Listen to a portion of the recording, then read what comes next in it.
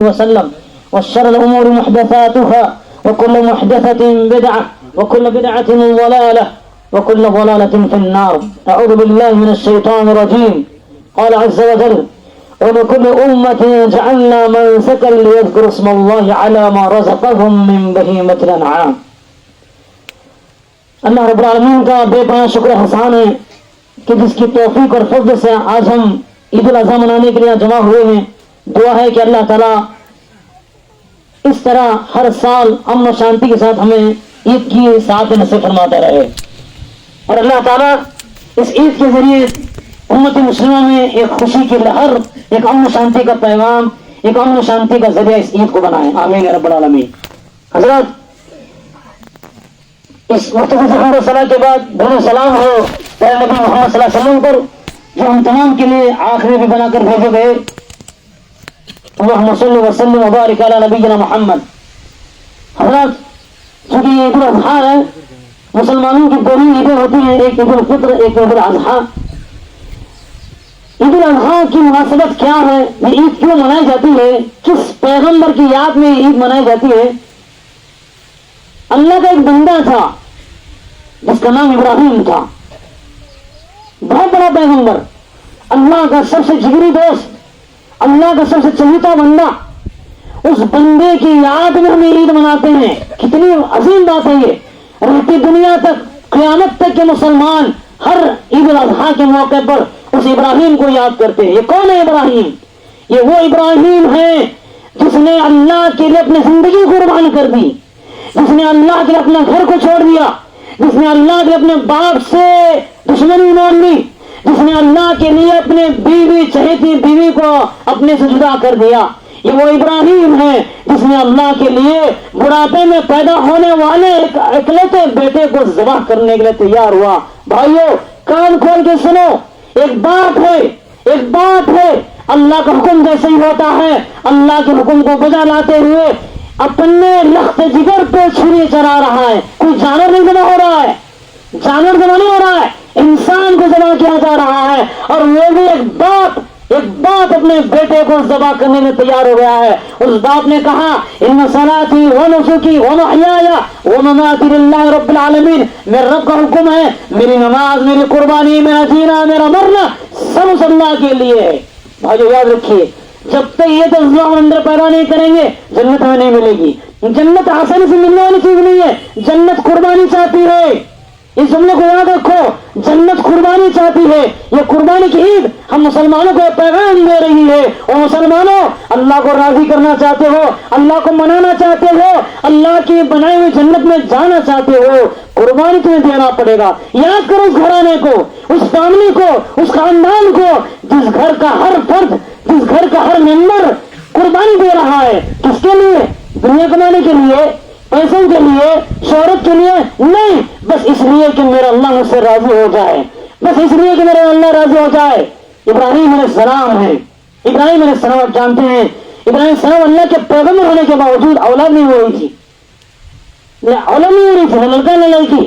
ابراہیم برابر دعا کر رہے ہیں, اللہ سے مانگ رہے ہیں, تھکنا نہیں بھائیو, بھائیو تھکنا نہیں. اگر اولاد نہیں ہوتی ہے تو مایوس نہیں ہونا, نہ امید نہیں ہونا. ابراہیم کو دیکھو, اللہ کا سب سے پیارا پیغمبر ہے, اللہ کا سب سے چہیتا بندہ ہے. 80 پر 5 سال کی عمر ہوئی ہے لیکن ابھی اولاد ہونے کو تیار نہیں ہے, لیکن برابر ابراہیم دعا مانگ رہے, رب هب لي حکما والحقنی بالصالحین, رب هب لي حکما والحقنی بالصالحین. اے اللہ مجھے نیک اولاد دے, اے اللہ مجھے نیک اولاد دے, اے اللہ مجھے نیک اولاد دے. تھکے بغیر رکے بغیر ابراہیم مانگ رہے ہیں. اور یاد رکھو, جو بندہ یقین کے ساتھ اللہ سے مانگتا ہے اللہ اس کو دے دیتا ہے.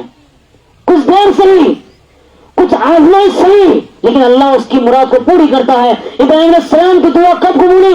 جب ابراہیم علیہ السلام کی عمر 80 پر 5 سال کی ہوئی تھی. آپ سمجھ سکتے ہیں 80 پر 5 سال کے ایک بوڑھا آدمی کو اولاد ہوتی ہے, اللہ اکبر. لیکن اس ابراہیم کو جب بڑھاپے میں اولاد ہوئی, ابراہیم کا دل خوش ہو گیا, ابراہیم کا دل باغ ہو گیا, بیٹے کی محبت دل میں بیٹھ گئی, اللہ کا شکر آ گیا. لیکن اللہ نے چاہا کہ میرے اس بندے کو تھوڑا سا آزمایا جائے. عجیب و غریب حکم, ایک ایسا حکم آیا جو حکم کے اس سے پہلے کسی نبی کو نہیں آیا تھا. اللہ نے خواب دل حکم دیا کہ ابراہیم تمہارے اس بیٹے کو میرے لیے ذبح کرنا ہے, تم کو ثابت کرنا ہے, تم کو ثابت کرنا ہے کہ تم اللہ کے لیے جینے والے ہو. ابراہیم نے کہا اے اللہ تیرا حکم سر آنکھوں پر, میری بیوی میرے بچے سے بڑھ کے میں تجھ سے محبت کرتا ہوں. اپنے بیٹے کو ذبح کرنے کے لیے تیار ہو گئے. ایک باپ اپنی محبت کو قربان کر رہا ہے. قربان کیا دیکھو, ایک باپ اپنے بیٹے کی محبت کو قربان کر رہا ہے اور بیٹے پر چھری چلا دیتا ہے. یہ اور بات ہے, اللہ تعالیٰ کو کسی کی جان لینا مقصود نہیں تھا. جنت سے ایک ڈنڈا آیا اور اس پر چھری چل گئی. اسی طرح ابراہیم علیہ السلام اپنی بیوی کو جدا کرتے ہیں. دیکھیے بڑھاپے میں اولاد جب ہوتی ہے تو بیوی سے محبت بہت اور بڑھ جاتی ہے.